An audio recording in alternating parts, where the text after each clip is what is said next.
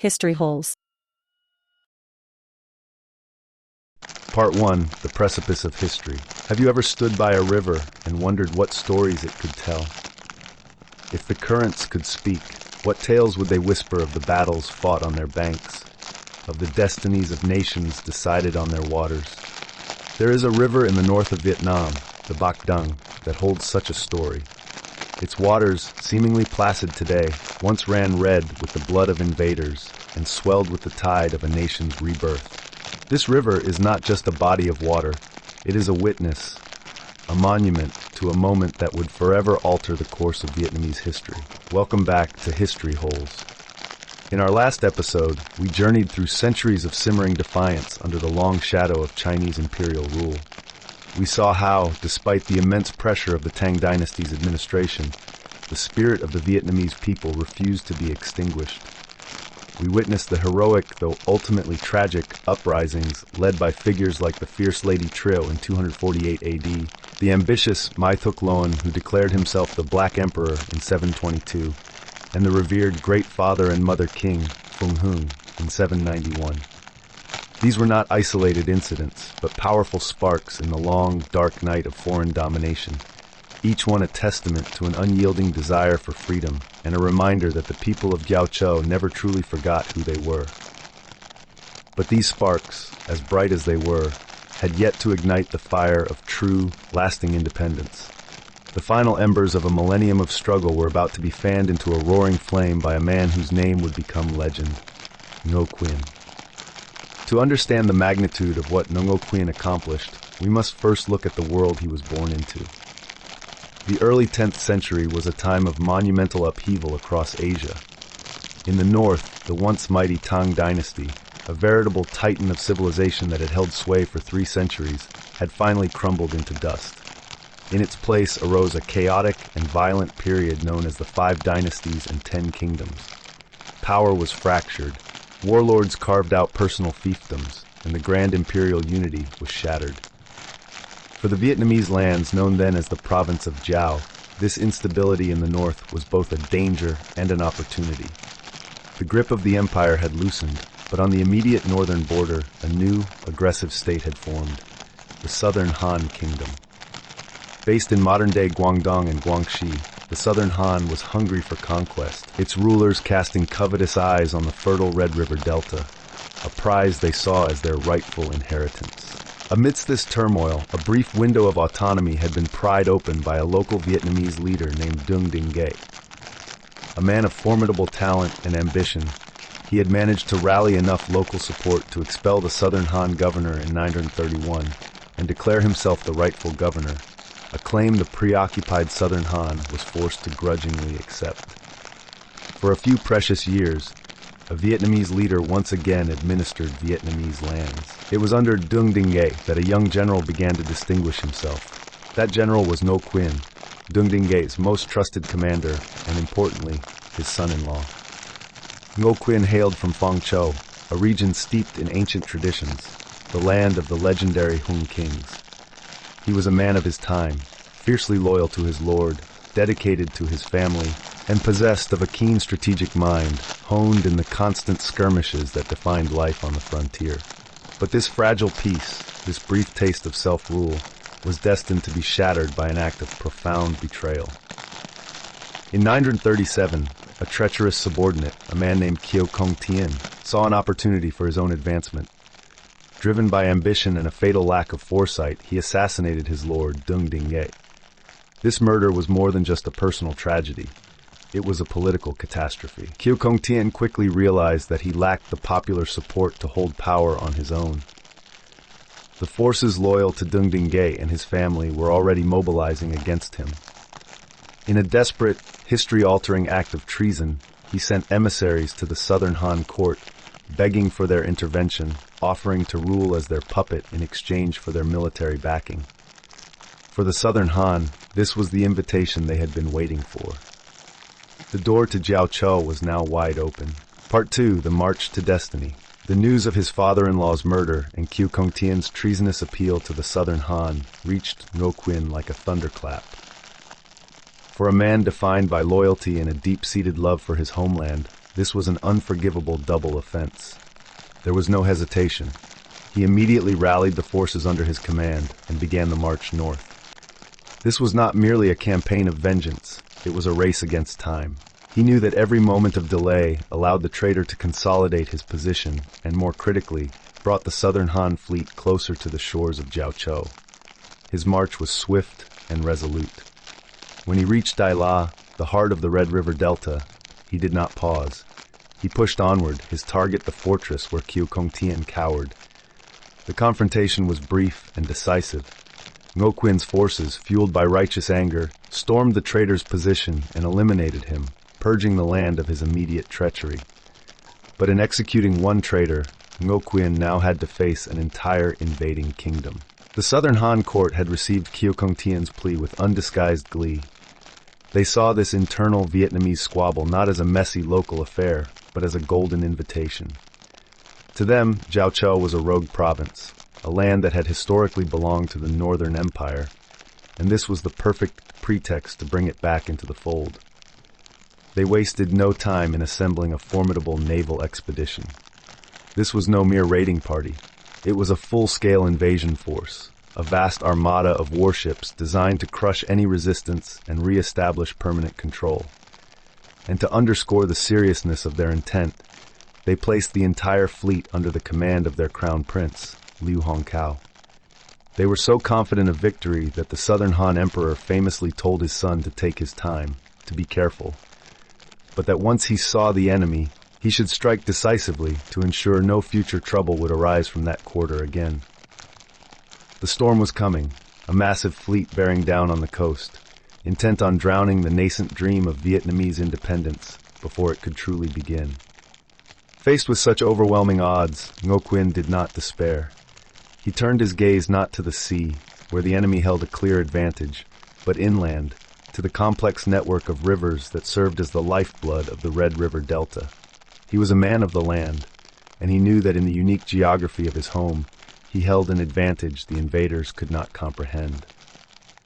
His eyes settled on the Bạch Đằng River estuary. It was the main gateway from the sea into the heart of the plain, a wide, vital channel that any invading fleet would have to navigate. But Ngô Quyền saw more than just a waterway. He saw a natural trap. He knew its currents, its depths, and most importantly, its powerful semi-diurnal tides that could raise and lower the water level by several meters in just a few hours. The river itself, he decided, would become his weapon. The plan that formed in his mind was a masterstroke of defensive ingenuity, a strategy that would become legendary. He commanded his soldiers and local laborers to go into the forests and fell hundreds of massive hardwood trees. The trunks were then painstakingly sharpened to a point, creating giant spears. But wood alone would not be enough to pierce the hulls of the southern Han warships. So he ordered the tips of these massive stakes to be sheathed in sharpened iron, transforming them into deadly underwater pikes. This was a monumental undertaking, a testament to the collective will of a people fighting for their existence. Imagine the scene. Thousands of men working day and night, their muscles straining to cut and shape the heavy logs, the clang of hammers on anvils echoing through the forests as blacksmiths forged the iron tips. This was more than just military preparation. It was a nation forging its own defense, every swing of the axe a declaration of defiance. Under the cover of darkness and high tide, these colossal stakes were transported to the river and driven deep into the muddy riverbed, creating a hidden, lethal forest just beneath the water's surface, waiting patiently for the enemy. Part 3, the battle for a millennium. As the sails of the southern Han armada appeared on the horizon, a seemingly endless forest of masts and banners, Ngô Quyền put the final phase of his daring plan into motion. He didn't assemble his main force for a direct, suicidal confrontation. Instead, he dispatched a small, nimble flotilla of light boats to meet the invaders. Their orders were not to fight a decisive battle, but to engage, to provoke, and then, crucially, to flee. As the massive warships of the southern Han fleet entered the wide estuary at high tide, the small Vietnamese boats swarmed them, launching quick, harassing attacks before turning and appearing to retreat upriver in disarray. The southern Han crown prince, Liu Hongqiao, seeing the enemy apparently fleeing before him, smelled blood. He ordered his entire fleet to give chase, eager to crush this minor annoyance and claim his swift, glorious victory. The great ships, propelled by a favorable wind and the incoming tide, surged forward, their crews tasting victory, completely oblivious that they were being led not to a battle, but to an execution. Ngô Quyền watched from a hidden vantage point as the last of the enemy ships passed the point of no return. He had drawn them perfectly into the heart of his killing ground. Now, all he had to do was wait for his greatest ally to do its work, the tide. The minutes must have felt like hours as the Vietnamese forces held their positions, watching the massive enemy fleet sail deeper into the trap. Then slowly, almost imperceptibly at first, the river began to change. The powerful high tide reached its peak and began to recede. The water level started to drop, pulling the current back out towards the sea. For the Southern Han ships, this change in tide was a navigational nuisance. For Ngô Quyền, it was the springing of his trap. Imagine the horror that gripped the invaders. As the water level fell, the surface of the river began to churn, and then the horrifying tips of the ironclad stakes emerged from the depths. They had sailed into a submerged forest of giant, sharpened spears. Panic erupted. The forward momentum of the fleet, combined with the powerful pull of the outgoing tide, became a death sentence. Hulls of mighty warships were pierced and splintered. Ships crashed into one another, their timbers groaning and snapping. The orderly naval formation dissolved into a chaotic mass of wrecked and sinking vessels, men screaming, and the river turning into a maelstrom of destruction. The great Southern Han fleet was caught, impaled, and utterly helpless.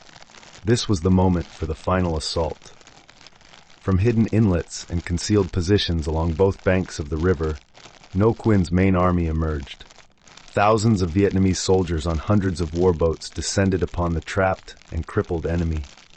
They fought with the righteous fury of a people who had endured 1,000 years of humiliation and were now seizing their freedom with their own hands. The battle was no longer a contest. It was a massacre. The Southern Han soldiers, trapped on their broken ships, were easy targets. The Vietnamese forces systematically destroyed what was left of the invading fleet. In the heart of the carnage, the Southern Han crown prince, Lưu Hồng Cao, was killed. His death symbolized the death of his empire's ambitions in Vietnam.